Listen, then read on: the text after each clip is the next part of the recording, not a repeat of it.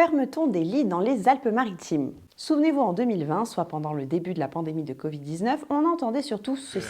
Un manque de personnel, un manque de lits. Pourquoi ils sont saturés les services hospitaliers ? Excusez-moi, Parce que vous avez fermé des lits.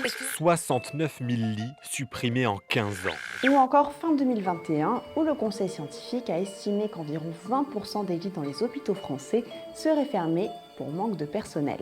Alors comment ça se passe dans les Alpes-Maritimes ?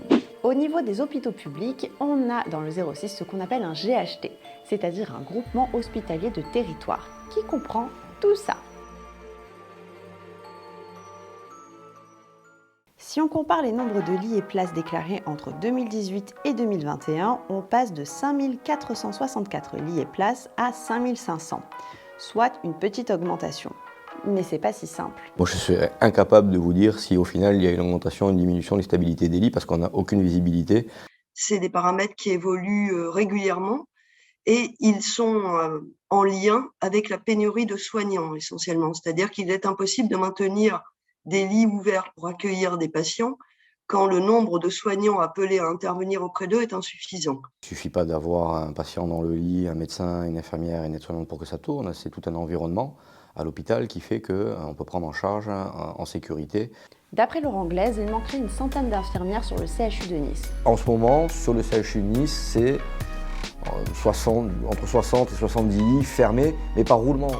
Quand il arrive un pépin, un absentéisme trop important, on ferme 3 à 4 lits dans l'unité. Donc, l'hôpital de semaine de psychiatrie, on va fermer 11 lits pour mettre le personnel à disposition du centre d'accueil psychiatrique, donc les urgences psychiatriques, cet été, parce qu'on craint un débordement des urgences.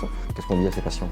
Qu'est-ce qu'on dit à leurs familles ? Contacté à ce sujet, l'ARS n'a pas souhaité répondre. La baisse des lits dans l'hôpital n'est pas récente. Elle a accompagné un petit peu ce qu'on appelle le virage ambulatoire, c'est-à-dire des patients qui restent de moins en moins à l'hôpital et qui notamment n'y passent pas la nuit.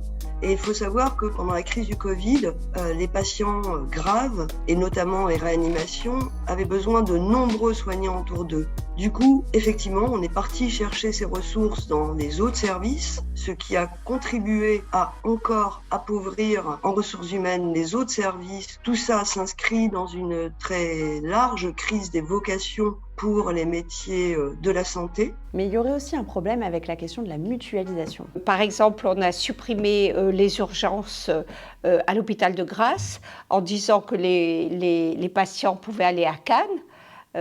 Sur le papier, effectivement, Cannes et Grasse, c'est pas très loin. Mais l'été, ou avec les bouchons sur l'autoroute, aller dans un service de réanimation, c'est la réa qu'on a fermé, parfois, on n'y arrive pas. On ne peut pas y arriver parce qu'on est mort avant. En 2000, la France était classée meilleur système de soins par l'Organisation mondiale de la santé. En 2016, elle était 24e selon une étude américaine. Donc il y a en 20 ans une dégradation majeure de la prise en charge en santé et de l'action sociale dans ce pays. Et je crois que les citoyens, la population doit s'en saisir et doit demander des comptes aujourd'hui aux politiques parce que ce sont bien des choix politiques qui nous ont emmenés là.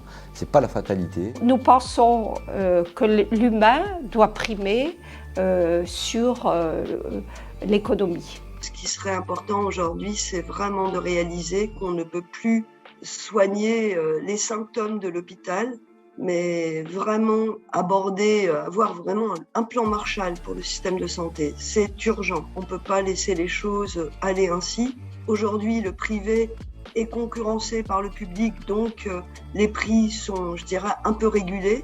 Si demain, le public venait à disparaître, ce système envié partout dans le monde, qui permet qu'on soigne tout le monde, disparaît, ce sera au détriment de tous. Donc, très bien cette cohabitation public-privé, mais avec un public fort.